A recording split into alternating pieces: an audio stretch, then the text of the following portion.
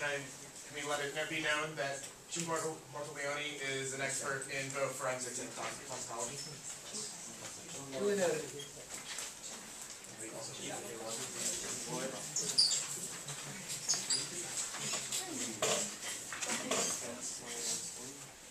your right hand. With the other hand on the right. Do you swear to tell the truth, the whole truth, and nothing but the truth? I do.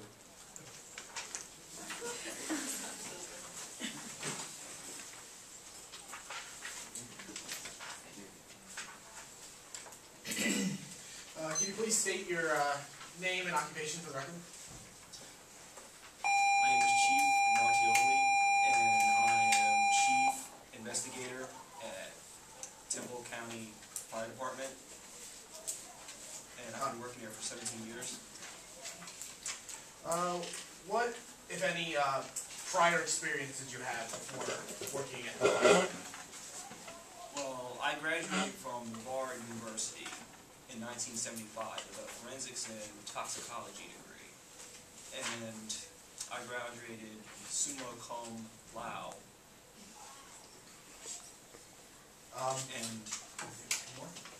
And after that, I worked for the FBI for a couple years before I decided that working at the Temple County Fire Department was the way I wanted to go. So I quit my job at the FBI and I work full time. What are your exact duties as chief of the fire department?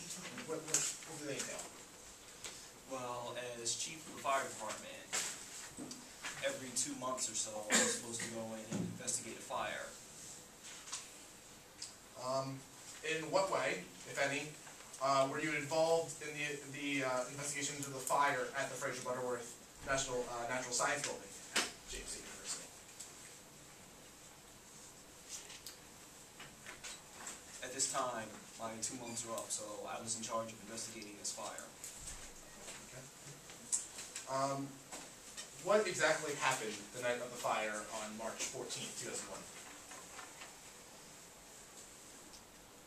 On March 14th, 2001, I got a call that a fire was reported around 8 o'clock or so at the back of the building.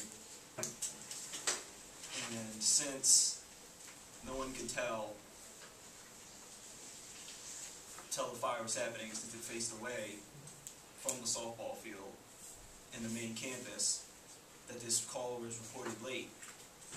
And when I arrived, about 1/3 of the building was being burned by the fire. Upon your findings, where could you determine that the fire started in the building?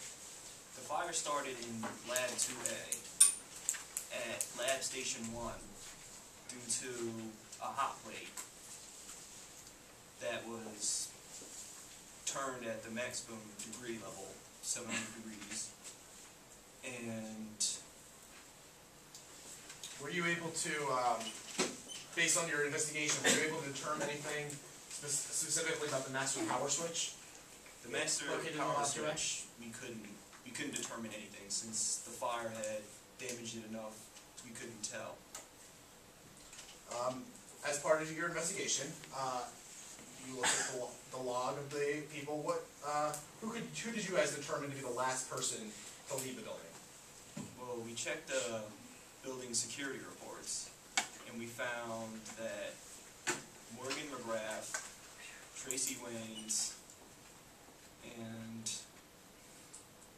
Dewar were the last ones to leave the building. But it was found that Morgan McGrath and Tracy Waynes had re-entered the building at a later time after they first left. And we found that the last one out of the building was Tracy Waynes. I'd like to present Exhibit A to the witness, Mr. Mortaleone. Have you seen this email before? Do you have a copy of the exhibit for us? Yes. You can see this one? Or you can look at the one that's sitting on your desk right there. Here you go. Oh, there's one that you have. Corrupted. It's corrupted.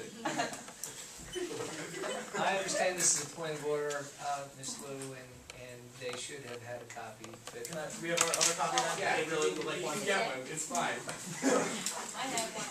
You got it? Okay. I paused during this. No, it's No, not. it's actually very suck. Here you go. Okay, go ahead. Here you go. Thank you very much.